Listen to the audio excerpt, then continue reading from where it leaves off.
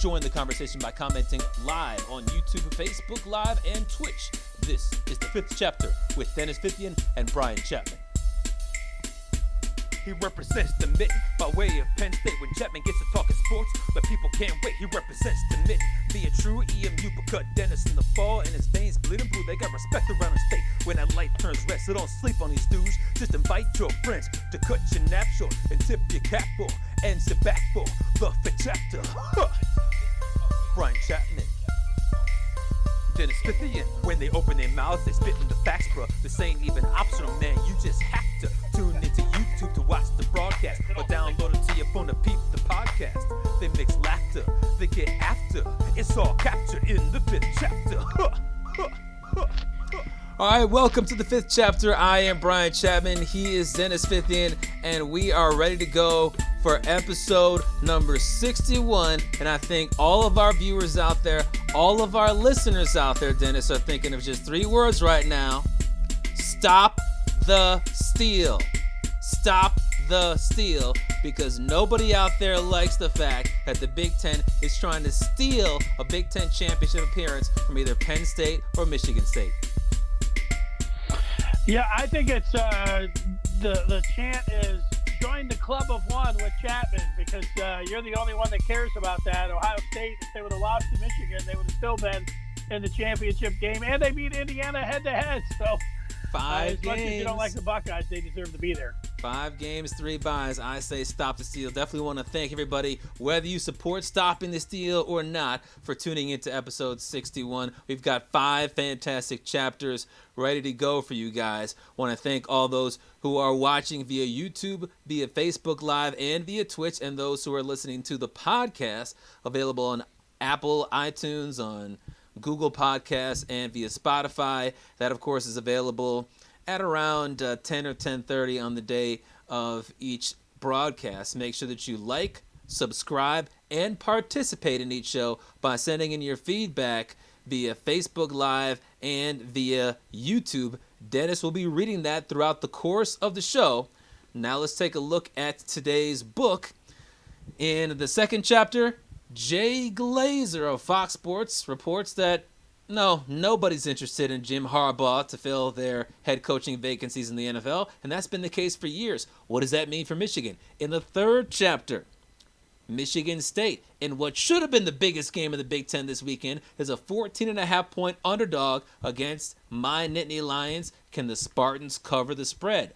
In the fourth chapter, Floyd Mayweather has a new boxing match set up against a YouTube star. Hint, it's not me and it's not Dennis.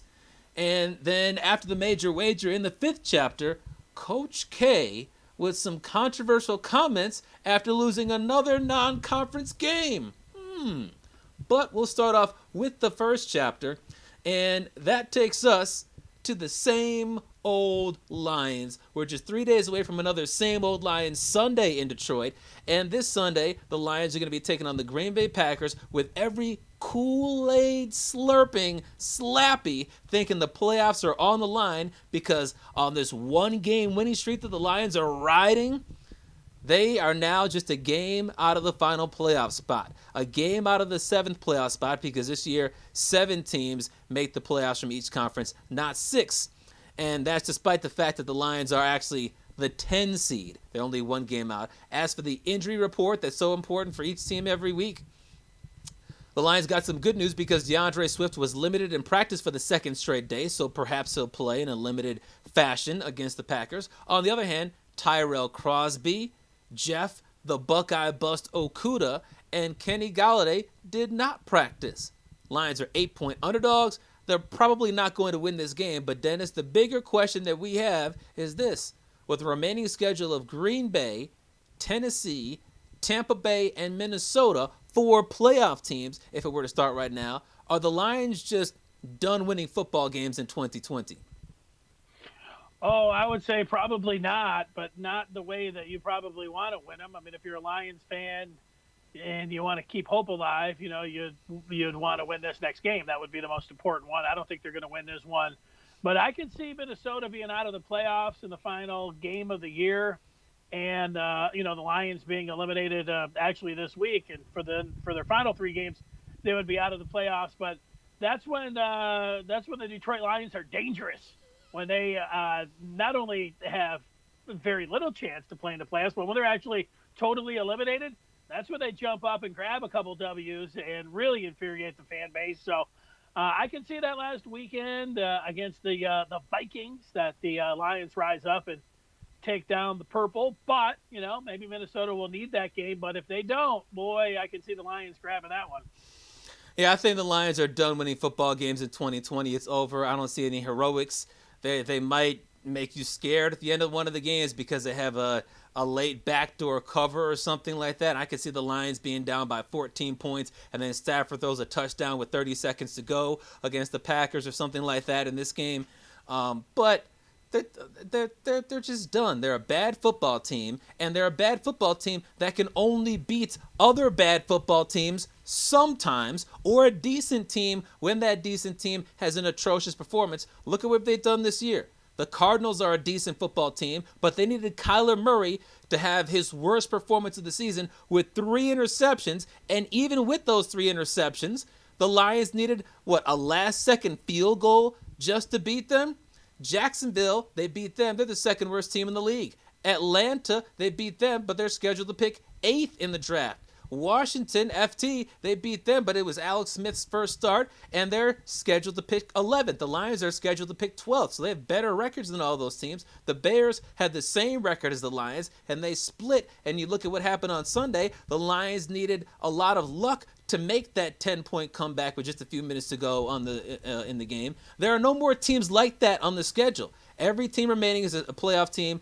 The Packers are the 2 seed, Tennessee's a 4 seed, Tampa Bay is a 6 seed, and Minnesota is a 7 seed. They're all going to have something to play for. I'm looking at the Vikings schedule, and it's not easy because they have to play Tampa Bay on Sunday. That could certainly go either way, but I'm sure the Vikings are underdogs. Then they play the Bears, so that could get them back up to 7-7. They play the Saints, and perhaps the Saints will already have clinched the number 1 seed by then, in which case they might not have their A team going, and then they finish against the same old Lions. I think that game is going to mean something for the Vikings, and if that's the case, the Lions have no chance. They're done winning football games.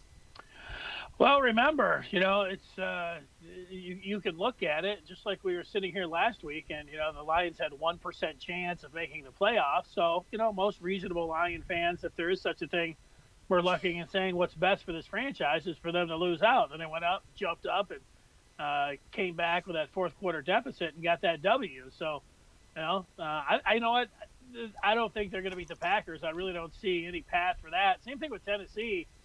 Tennessee's played some clunkers this year, but man, it's getting late in the season. They really need that game. There's some way, you think, oh, what would be the worst thing that the Lions could do to really screw their fans or give you that SOL label? I would think that would be losing the next 2 games to then see, your draft position get inside that top 10 and get close to the top 5, and then coming up and then winning the last 2 games. That would be perfectly Lions for me. I just don't. I have a hard time seeing them beating the Bucs. But like I said, man, that Minnesota game, or even if Minnesota's still alive, man, I could see them, because you just start when you get into that last week, man. You're really close and looking at like, hey, man, we know we're going to draft 7th overall, and you start doing the mock drafts, and you start looking at the quarterbacks. You're saying, hey, you know what? I really like this guy. Watching it. And then the Lions go out there and win that game, drop down to 11 or something. They've done that a number of times. Well, I mean, they basically did that this past week, because when you're down by 10 points with under 5 minutes to go, if you're a Lions fan watching that game, you're only thinking about draft positioning. You're not thinking about a great comeback and can Mitch Trubisky fumble the football, and can the Lions go on a 96-yard drive to score a touchdown and stuff like that? Is Allen Robinson going to make a mistake that a stupid Buckeye would make, not an intelligent Nittany Lion would make, and step out of bounds a yard before getting the first down? No, those are Lions mistakes that the Bears make, and so you're not expecting stuff like that to happen. You're expecting the Lions they're going to close out the L, then they're going to lose their final 4 games, and then they'll be right on the cusp of a top 5 pick, and instead they move from the number 9 pick to the 12 pick. But I think you're right. If Minnesota loses against the Buccaneers, and then maybe the Bears trip them up a week from now and they drop to 6-8, then they're not going to have anything to play for in the final two games, and the Lions could jump up and get another SOL win like they did against the Bears, and that would that could potentially move them from picking 5 or 6 and instead having them picking just outside the top 10. Another SOL win. Well, the one thing that you learn the longer you watch the Lions is they never do anything that you want them to do. Mm-hmm. So, and if you're a fan, like we went through this last week, I was even getting like, you know what? I know they don't deserve it, but there's so many years where you sit around rooting against them that when they're out of the playoffs or have so small of a chance that you end up almost always rooting against the team. And for a lot of fans, they just don't want to do that. Like, mm-hmm. And I get that, like if it's once every 5 or like once every 10 years and, you really said, like, if I was a Jets fan, I would totally be rooting to lose to get Lawrence. I mean, I get that. And I think most Lion fans would understand that as well. There might only be like 1 or 2 that would be sitting around like, no, we want to get this victory against the Raiders. No, you want to lose the game. But for the Lions fans, like, they've seen it so many years. I remember when Reggie Bush was the coveted, pick, and they went out, they beat the Saints, and they kicked a field goal. And, they ran him out at the last second, and Jason Hansen got like a 60-yarder. Yeah, and the thing is that, Reggie Bush really wasn't, all of that, and the Texans had the number 1 pick, and they picked Williams, the defensive end, and you just over the years, you see it, like, even though going in, you really want that pick, and then it happens so many times, it's like, is it worth always rooting against them at the end of the season when they don't usually get the draft pick and there's and or they blow it anyway, so it works against you. I mean, it's a hard thing to be a sports fan in the 21st century where people and yourself, like, even if you look at it, you don't want to be looking at things like, oh, well, what's going to be best for us next year? You want to be entertained. You don't, but it's like I said last week. If you don't want to be in that position, then in the first 11 games, go 7-4 instead of 4-7. When you start out 4-7, then there's not much of a choice. You have to fire your coach and GM, and you have to start rooting for losses to improve the draft positioning. It's not like fans say we want it. A lot of other people, like, you really know it doesn't matter, so you leave it to the blank holes to just, constantly be negative and root against the team. And, you just root for your own team and, you do what you want to do. And I think a lot of people fall into that category. You want to call them suckers. I think Lion fans have been called that for years. I think it's understandable. I think they accept it. And Dumb pops. Well, the one thing that I've noticed by Lion fans that are truly, like, have the badge of honor about, no, they're my team, and I will not root against them, or they always say, you know what, give us one thing, we're really loyal to our team. So, you know what, the old thing that they're loyal to a fault, I think that applies to diehard Lion fans. Well, before we get to some of the feedback, one thing that has kind of gone under the radar is what the heck is up with Kenny Golladay. Because he has not played since November 1st. He hasn't caught a pass since October 25th. So we're going on a month and a half, and he has not practiced this week, which means he's not on track to play against the Packers.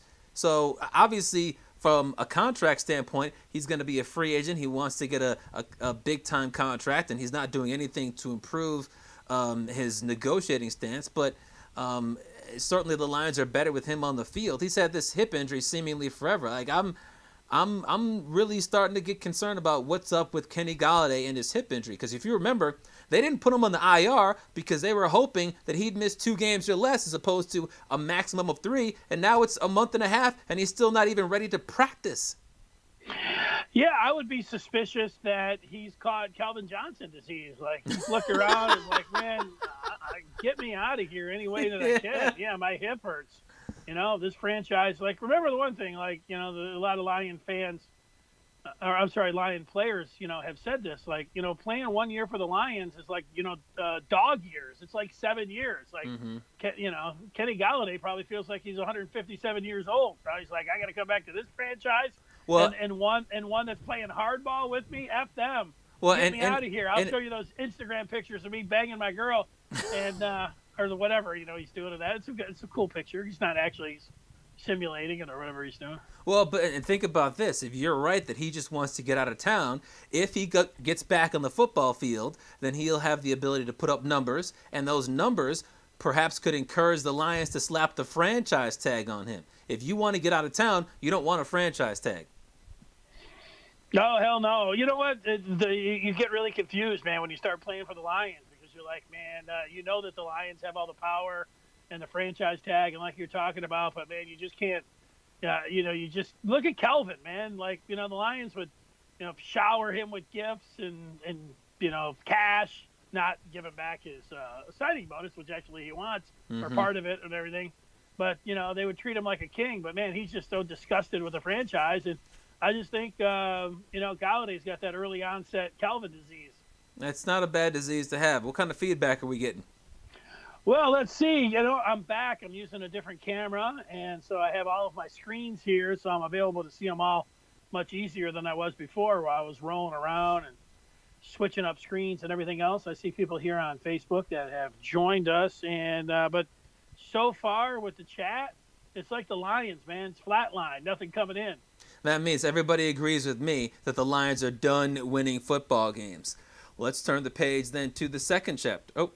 Well, as I said, that sideshow Raj jumping in okay. saying Kenny G isn't trying to touch that field until he gets paid with a bag of cash emoji sign.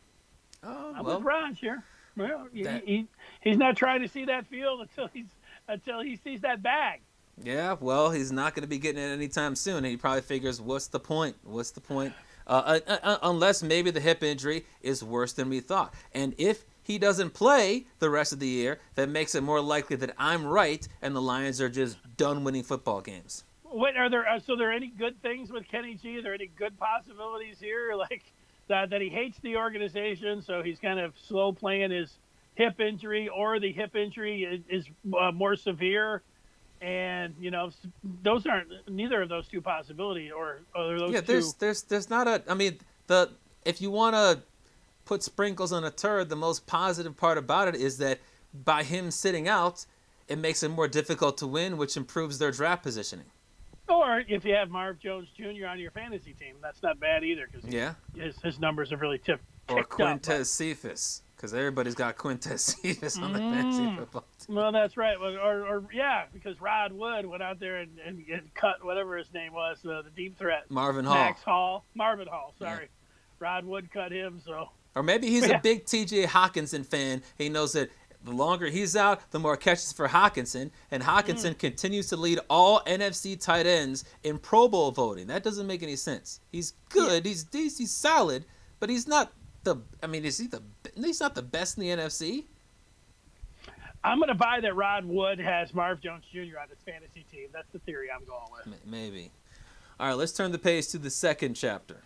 Well, that gets us to NFL insider Jay Glazer, who always brings the goods on Sunday. You want to know who's in or out, man? He's got his phone in his right hand. He's doing MMA off to the side. He's telling you everybody. He's got a sweet haircut. I like that part of Jay Glazer. And when it comes down to injury and as being an NFL insider, he's done it for a heck of a long time, and he knows his stuff. However, he had some things to say about Jim Harbaugh, and that Jim Harbaugh is not getting overtures from the NFL. What do you think, Chap? I know we have some of the audio and video from, or we have the audio from Mr. Glazer. Yep, let's hear what he had to say while speaking with Tiki and Tierney on CBS Sports Radio. Of what he's done at Michigan, and they've gotten their heads beat in this year. Michigan's been very bad. Jim Harbaugh, until he's, back in the NFL, he's going to be a commodity, whether it's real or not, at least perceived commodity. What teams do you think would have real interest, and do you think he makes the jump back to the NFL, Jay? I think he's better suited for college, because a guy like Jim, man, it's, the stuff that, like every 3 years, he has basically a new group of guys that he could, like, his guys, move on and like, okay, we're tired of it. Yeah. And they move on, right? And a new group comes in. Yep. I personally think he's better suited for college than he is for the NFL. Okay. Having said that, there's still going to be teams that make a push for him, I would imagine. Who are they? But there hasn't been the last few years. Yeah. So I don't know why it would suddenly come to light this year. What's their record right now? It's 2-4. 2-4. But so it's always kind of pushed. And there might be that somebody says, "Hey, we fall in love with you." Yeah, there might be. But man, it's just I personally think he's better suited for college. Yeah. So you haven't heard that anyone is actively No, I have looking. not. Yeah, and which is what it's in. So, I mean, obviously that's a heck of a lot different than the news that we were hearing when Jim Harbaugh first got to Michigan, where after his first couple of years, it seemed like there was always a rumor that Harbaugh was about to be out the door, that teams were interested. I think it makes sense that NFL teams would not be interested in hiring Harbaugh right now because he's having his worst season and it's not even close. If you're hiring any employee from another company to help out your business, would you want to bring in somebody who's not succeeding right now? Like if you're a librarian, or if you're trying to hire a librarian, are you going to pay top dollar for one who can't read and who loves to shout? No. And that's Jim Harbaugh. If he was a librarian, he couldn't read and he couldn't shout, and he'd be a guy that used to be able to read really well. He used to be a bookworm and used to whisper with the best of them. You could barely hear him speak. But now it's like he can't help but shout, and he doesn't know how to read. He can't read anything, not in any language at all. So when Jay Glazer says that there hasn't been anybody interested in him this year, that doesn't surprise me. What is surprising is that Jay Glazer said there hasn't been interest in Harbaugh in multiple years. Now, maybe that means it's because teams have tried in the past and they said, yeah, Jim Harbaugh is he just loves being at Michigan. There's no point even wasting my phone minutes on calling Jim Harbaugh. But if no one in the NFL, not even one team, to Jay Glazer's knowledge, has reached out to Harbaugh in the last few years, that suggests the NFL has no interest in Harbaugh, and that shoots a big hole in the theory that you put out there on Tuesday, which is that Harbaugh hasn't signed because he's waiting to hear from NFL teams and he wants to go to the league. And I think if that's the case, and Michigan is right now trying to ink a deal with Harbaugh, then there are two options for Michigan fans. Number one is you can fire Harbaugh because he's not just going to leave on his own will if there's no job for him. Or number two, you can admit that Jim Harbaugh is the coach for life at Michigan. Because if they're not going to fire him now, if they're not going to fire him at 0-5, 0-6, 0-7 against the Buckeyes, then they never are. Well, remember this is a really odd situation because this is where, if Harbaugh was looking for another college job, your librarian analogy might work here. But, there's guys like Pete Carroll, Nick Saban, Steve Spurrier. Those are all guys that were excellent college coaches when they went to the pros, and they burned out. You know what the colleges did? They didn't act like those guys couldn't read or write or anything else. They threw big bags of cash at them because they were really successful college coaches. Now, it usually doesn't work the other way, where you have a really successful pro coach and he goes to college, because there's just not many instances like that. There is with Harbaugh. He was successful as a pro coach, and he has not been at college. So college and pro, it's a different thing. Now, I don't agree with Jay Glazer on a number of things there. I think that Jim Harbaugh is a better coach for the pros. I get him, it's a fine theory saying, well, since guys get burned out after 3 or 4 years, he's great for college because you're always turning over the players and you get a new crop to come in and burn. Mm-hmm. That's a nice theory. But in fact, that's been his downfall in college, is that he runs his players like they're pros. Oh, you don't like this? You're out of here. Next guy up. This guy's transferring. I don't like this coach. Let me get another offensive coordinator in here. Let me get another offensive coordinator in here. Let me get another one out here. And it just hasn't worked for him that way. So I don't agree with, it's a fine theory from him, but I don't agree with that one. And the other part here, they asked him about, if he had heard anything, and he said, no, he hadn't, which I don't know. I don't know if he's asking all of the teams about Jim Harbaugh. Maybe he is. But when he says that teams haven't, been after him in the past few years, so he's doesn't understand what they would now. Well, they would now because he's in the last year of his contract, you dummy, Glazer. But you don't have to be in the last year of your contract to go pro. No, you don't. And but you know what? But Chapman, Jim Harbaugh, you could talk about all the overtures, and he wasn't looking at the NFL in any of these other years. He is now, but I do think I don't think there's a bunch of teams that are clamoring for him. If there was, I think that he would, be interested in try to take care and get this job right now. clearly he's throwing his hat in the ring. He's What do you mean clearly? He's trying to Where's get the a proof? job. Where's the proof that he's trying to go to the NFL? I haven't seen any. Well, he's not signing an extension, and he's hurting his own team at Michigan by saying that he's not going to even begin to discuss it until the 19th. National Signing Day is the 16th. Well, maybe it's because Michigan is lowballing him because they want him to produce more, and he can't. And they're saying because you can't produce, just like we were talking about on Tuesday, we want to give you a lower base salary. Jim Harbaugh might say, I have no interest in any lower base salary. Well, no, he probably doesn't, and that's why he's trying to get either some leverage or he's actually trying to get a job. I mean, it's not that hard there. Now, I don't know, like if a team is going to actually come after him, but I think when you start looking, there could be 6, 7, 8, 9 job openings, and when you start going through hot coordinators and then recycled coaches that come back and you start comparing their resumes, do I think that there will be a team that will show some interest in Jim Harbaugh? I do think that's going to be the case. He doesn't have to have total control, but he is a quick turnaround guy, and there would be a number of teams that would be sitting there, and I think that would that would look at Jim Harbaugh. So I think I still think he's going to get an NFL job, and Dennis, with what if Jay Glazer doesn't? I just think that part about him. Like, I don't think he understands the situation. It's just a bad read by Jay Glazer. I mean, the guy's a fine inside reporter that, gets all the injury news and everything else. But for him to be like, he didn't understand, like, nobody was making any overtures the last couple of years, so why would they now? Well, now he's interested. Well, but and as of earlier today, he said that, earlier today or yesterday, he's saying that teams have not contacted him. But let's just say that Jay Glazer's right, just for the sake of a hypothetical. Do you think that if Jay Glazer's right and these NFL teams don't want him, that Michigan is left with one of two options? Either fire Jim Harbaugh or you have to make him coach for life. Because I think that's what it's pointing to. Because if he can lose all these games to Ohio State, if he can have 8 to 10 wins in a typical year, scrapping out this pandemic year, and nothing ever happens, then it seems like Michigan is okay with 8 to 10 wins a year, and they're never going to fire him if they're going to give him a contract extension right now.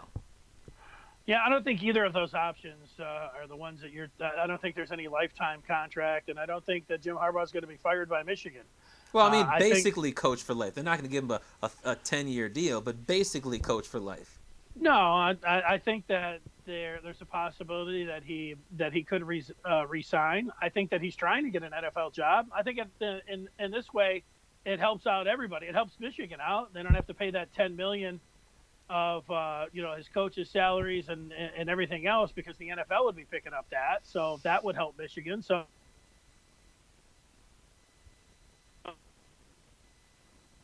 That's what I think Michigan secretly wants, and I think that's what Harbaugh wants. So I think that's option one. Option two is if Glazer actually is right and everybody's looking at Jim Harbaugh and holding their nose and saying no thanks, then Jim's going to have to go back, sabotage his own recruiting class.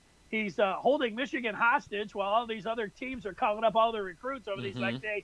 Harbaugh's out of here, and then he'll have to come back with his hat in his hand. And, it's not like before when everybody was like, oh, yeah, we can't wait for Harbaugh to come back. This time he's going to come back, and they're like, yeah, we're giving you less money. You have to broom out all of your assistants. And, oh, yeah, we're making this buyout minuscule so next year we can you and get out of it because we don't have the cover of the pandemic. None of these situations are great. But the one that's best is if Harbaugh can actually get an NFL job. It helps Michigan out. Of course, it'll help him out. Move on. I just don't see that dream scenario that a lot of Michigan fans have for Harbaugh where they can get rid of him without firing him until perhaps next year. Because I think Michigan fans, for the most part, in a 12-game season are going to be – Well, eliminate that. They're not going to go in and let him be a lame duck for the entire year. If that happens, no, I mean, even if they extend him, that would be the stupidest thing that I've ever seen. I mean, even if they extend him, because they're talking about, at least according to the report, extending him with a contract that makes it easier to fire him. And I think that Michigan fans have shown that they are okay. At least they don't consider it to be a fireable offense if Michigan and Jim Harbaugh wins 8 games a year, including a loss to Ohio State. But there is a scenario looking just at next year where perhaps he could be gone, because there's a certain level of wins and losses where I think Michigan fans would say you got to get out of here. If he goes 5-7 or 6-6, I was looking at their schedule earlier today. They start off next year with Western Michigan, who's 4-1 right now, Washington, and Northern Illinois. Northern Illinois is 0-5. That's a guaranteed win. But the way they're playing right now, they might not beat Western Michigan. And Washington is 3-1, leading their division in the Pac-12. If one or two of those teams comes in to make Michigan 1-1 to start the season, or 0-2, that's a bad sign. Their crossover games next year are against Wisconsin, Nebraska, and Northwestern. Not easy, particularly given that Wisconsin is on the road. If they go 1-2 in those three games, that's an issue. Rutgers and Maryland are on the rise. Penn State game is at Penn State. It looks like they're bouncing back with their 2-game winning streak. Ohio State is definitely a loss. And then Michael Penix Jr. is only a sophomore, so he's coming back, and they have to play at Indiana. I mean, there's a chance Michigan could have a 6-6 or worse season next year if they don't make significant improvements. That's fireable, isn't it? You know what? I think it's fireable now. I'm just saying I don't think that they are going to fire him. Well, do you think that could convince them? Scenario. And if they go 6-6 next year, could that actually convince them to do it?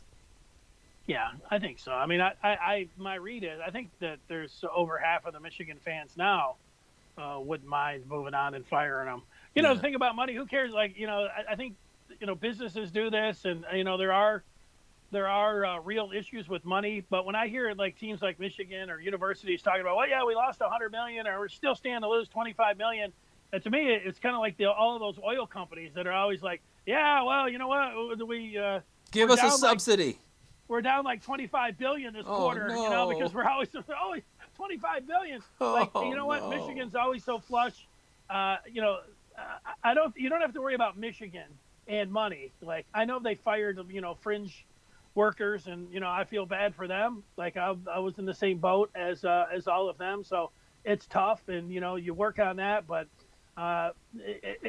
college football is big business. If you're holding on and using the pandemic as cover, like to hang on for Harbaugh to, you know, to keep a couple more million, bad business by the Wolverines, if that was the reason that they're doing it for. Before we get to some of the feedback, I did put up a poll on Twitter asking the question, if the report is right about Jay Glazer saying that over the last few years nobody's interested in hiring Jim Harbaugh. Is he basically coach for life? There's still 20 hours left to vote, but so far 57.9% say that yes, Jim Harbaugh is basically coach for life. Coach for life. So I know that you see things differently. But I mean, if Michigan bounces back next year and they win their 8 to 10 games without beating Ohio State, I think that's a very reasonable scenario, because that's what they've done every year in a non-pandemic season. Then that's going to be good enough for him to stay for the next 8-10 years, even if they never beat Ohio State. Yeah, well, there is a point. Like, I think a lot of Michigan fans, I would put myself into this category. Like, you know, they've lowered their expectations. You can say it's a cop-out or whatever you want, but it's fair. You know, when you lose the 17 out of 19 to Ohio State and you just can't compete on the field with them, you know, you can rationalize it and say Ohio State cheats, or you can look at it and just say, look, you know, they've got their program. They just they've mastered Michigan, and they're a juggernaut, and nothing Michigan can do to seem to beat them. So, you know, I would like to. That's my thought heading into this season, was still that, you know, that Jim Harbaugh was the best guy for the job. I don't feel like that anymore. So that's where I'm at. All right, what kind of feedback are we getting? Harbaugh should join the coaching staff in Baltimore with his brother. That's coming in from Raj. And that's it when it comes back to the feedback. What if his brother fires him? Hey, you know what? If Lamar Jackson's getting worse, or you're fired. Well, it might be worse than that. You know, like the reports are that he has to sweep out his staff. You know, his son's the running backs coach, so he'll be looking for a job. Yeah, ooh, yeah. Well, maybe they can hire Mike Hart. All right, let's turn the page to the third chapter. and we get right back into college football, right back into the Big Ten. No Michigan football for the second straight week because they've waved the white flag on the Buckeyes so that Not fair. Harbaugh can sign a contract extension without getting crushed by them.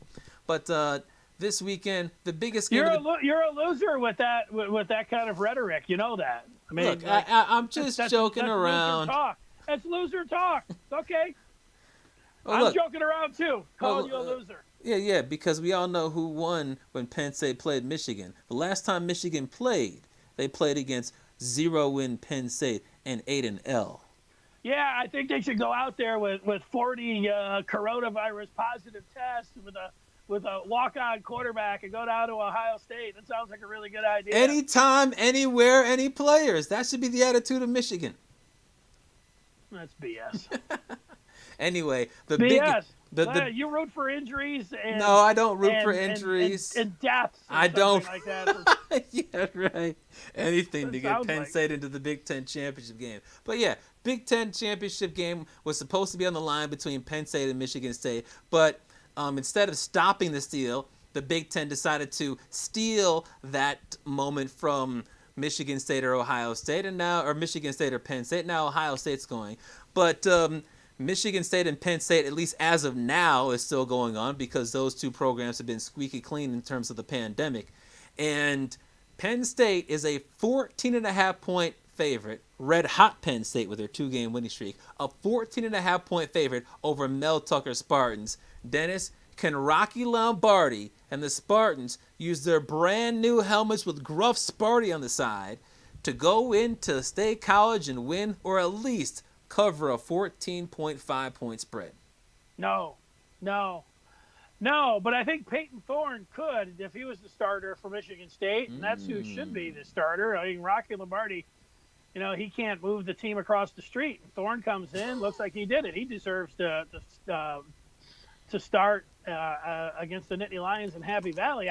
If Mel Tucker doesn't start Thorne, man, if I was a State fan, I'd say he would be losing a little bit of his cachet that he got for the win against Michigan.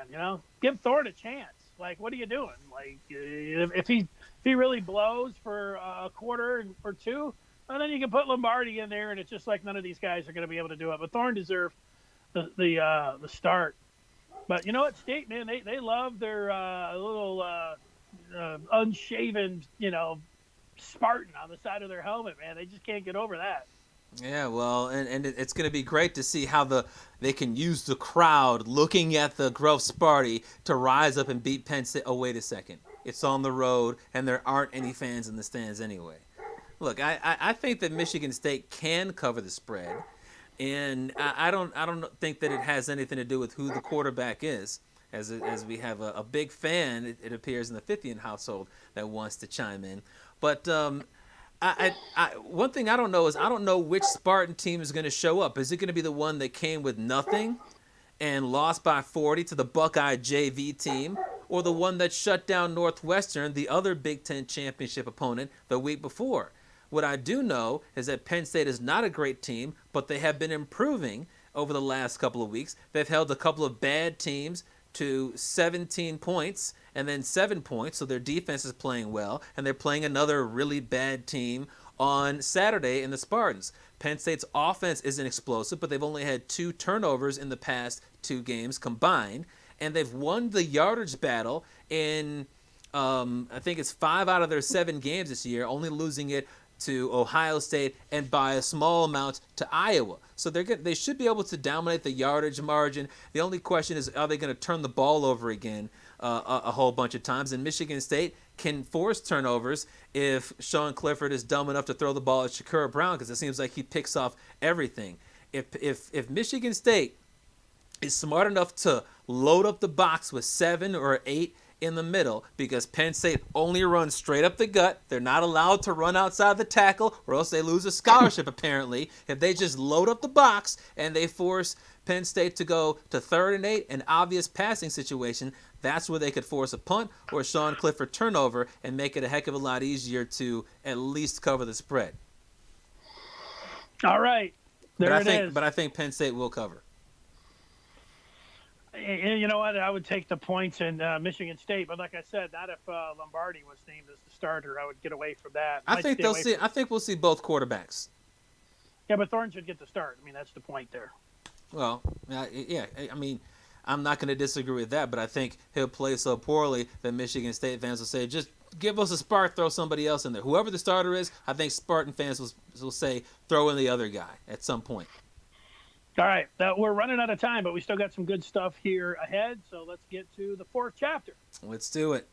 All right, and that gets us to fighting, boxing specifically. Last week we had a pay-per-view with Mike Tyson that seemed like it sold pretty well.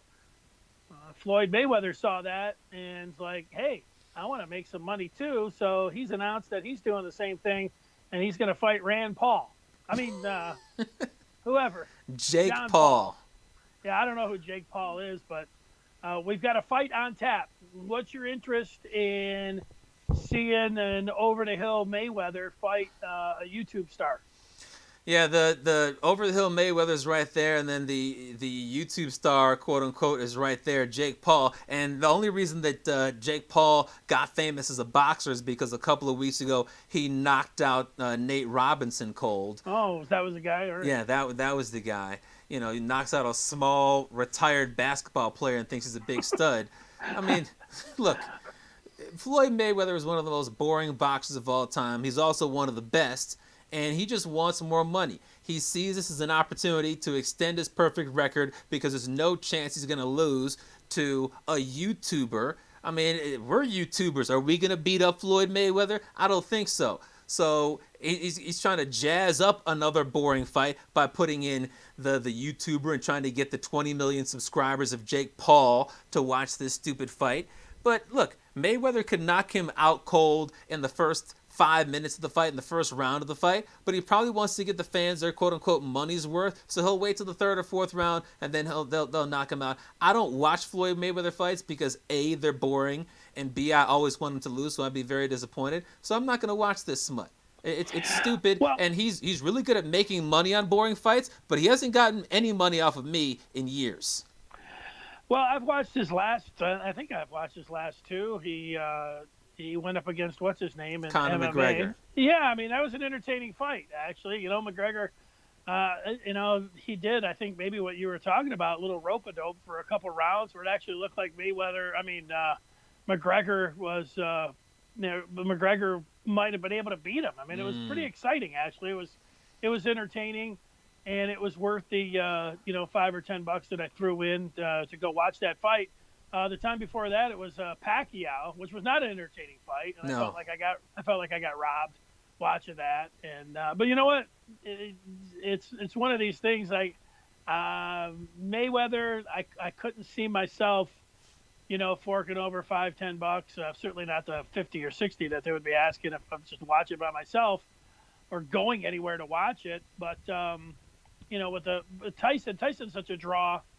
I understood why people would do that. I don't know if there's anybody else over the hill boxers. I might watch and throw a couple bucks down to see Holyfield fight Tyson. I would watch that one.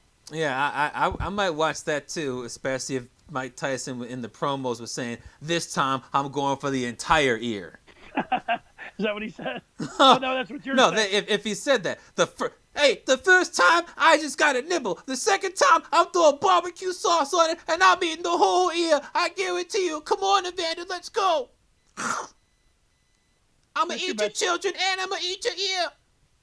That's your best impersonation, chap. Lori K says, my money's on the YouTuber. So, there you go. Yeah, I don't know what those odds are, but it's probably something like Floyd Mayweather minus 100,000. I don't know. Before we hear from Coach K backing out of some games, let's get our major wager in for this week. Yeah, let's do it. Give us a recap of what took place on Tuesday, what you bet on Tuesday, and what you got on what you got tonight. I bet the Cardinals minus 2.5 at the G-Man. I put 100 on that one. I'm going to stay in the NFL, and I'm going to the team that has killed me this year in fantasy and in betting, and that's the Colts. They're minus 3 at the Raiders. I'm taking Indy. I'm laying the 3. I'm going to put 100 on that one. So Colts -3 and Cards -2.5. So on Tuesday, I decided to go with the Cowboys +9 on Tuesday Night Football. That was a bad bet. They got smoked.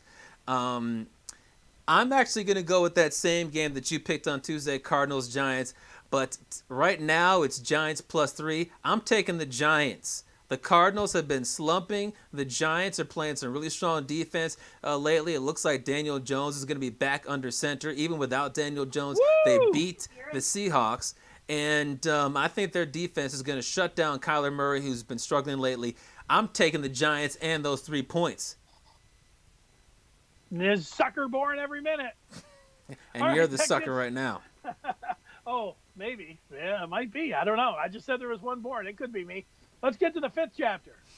Yeah, let's do it. And that takes us to college basketball, where Coach K made some comments after getting crushed at home by Illinois 83-68. And here were his comments. He was asked about whether it feels right to play college basketball right now. And he says, I don't think it feels right to anybody. I mean, everyone is concerned. We made an assessment. I'm not sure who leads college basketball. It's done by committee. Anything that's led by committee is not agile in handling a situation. There was a consensus. It wasn't like well planned, just that we were going to start November 25th. That was made without knowing where the vaccine was, how many cases. Basically, it was more a mentality of get as many games in as possible. But the key there was he said he didn't think it felt right to anybody to play right now with all these games getting canceled. And he said that after an 83-68 loss at home to Illinois, his second non-conference loss to a Big Ten opponent this year, of course also getting trucked by Michigan State.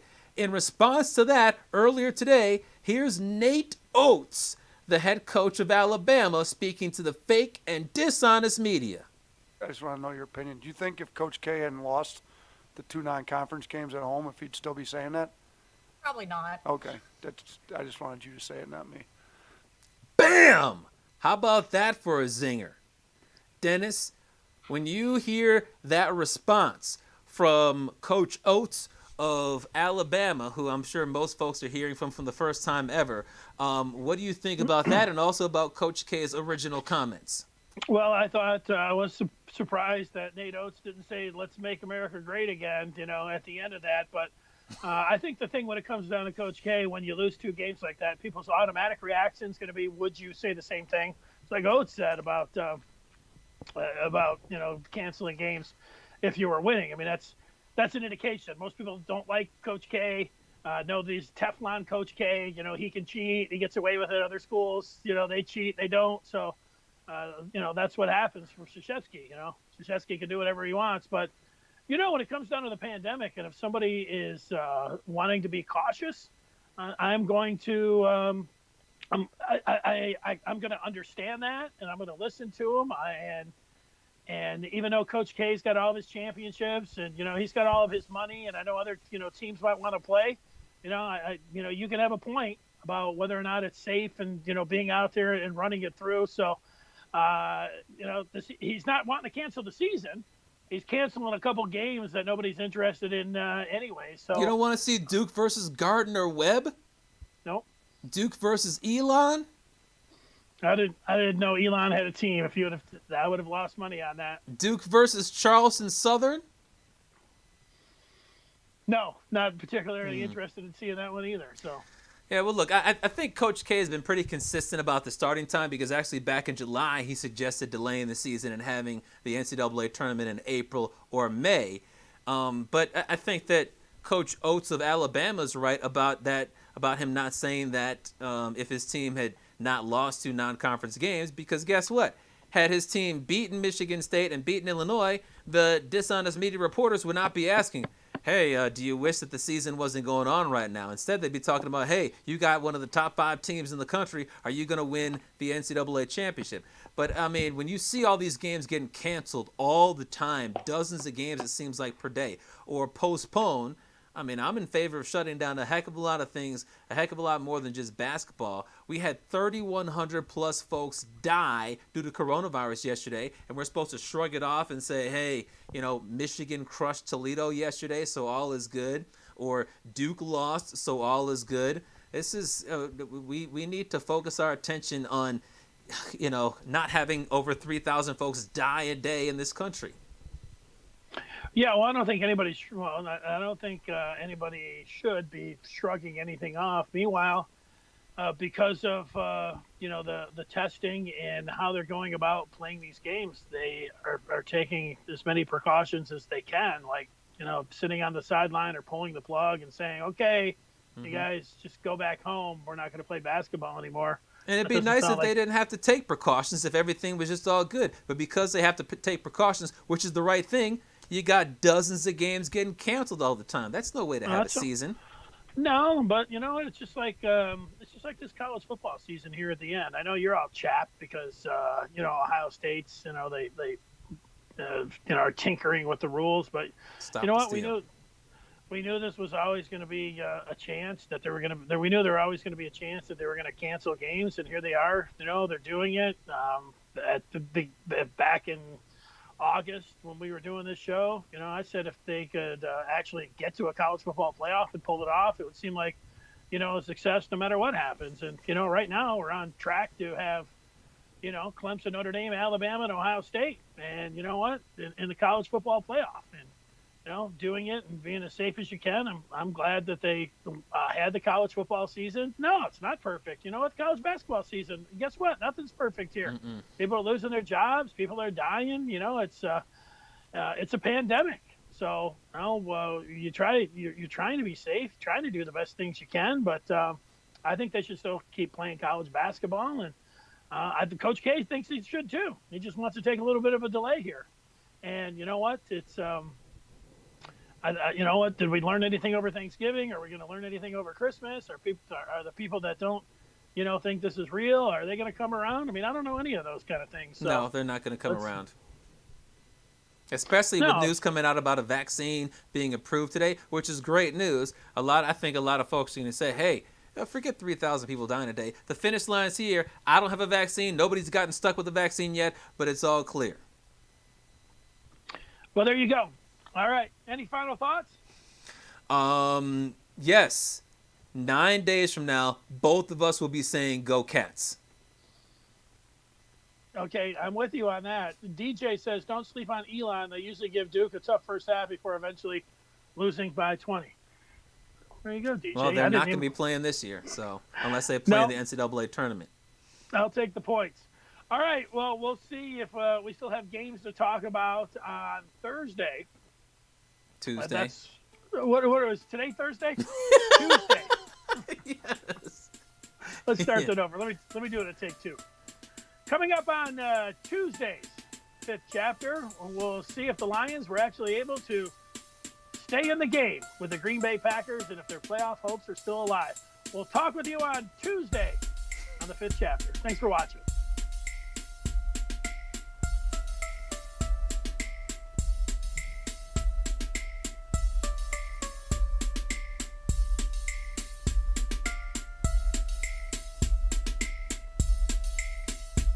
He represents the mitten by way of Penn State. When Chapman gets to talking sports, the people can't wait. He represents the mitten. Be a true EMU, but cut Dennis in the fall, and his veins bleeding blue. They got respect around the state. When that light turns red, so don't sleep on these dudes. Just invite your friends to cut your nap short and tip your cap for and sit back for the fifth chapter. Huh. Brian Chapman. Dennis Fithian. When they open their mouths, they spitting the facts, bro. This ain't even optional, man. You just have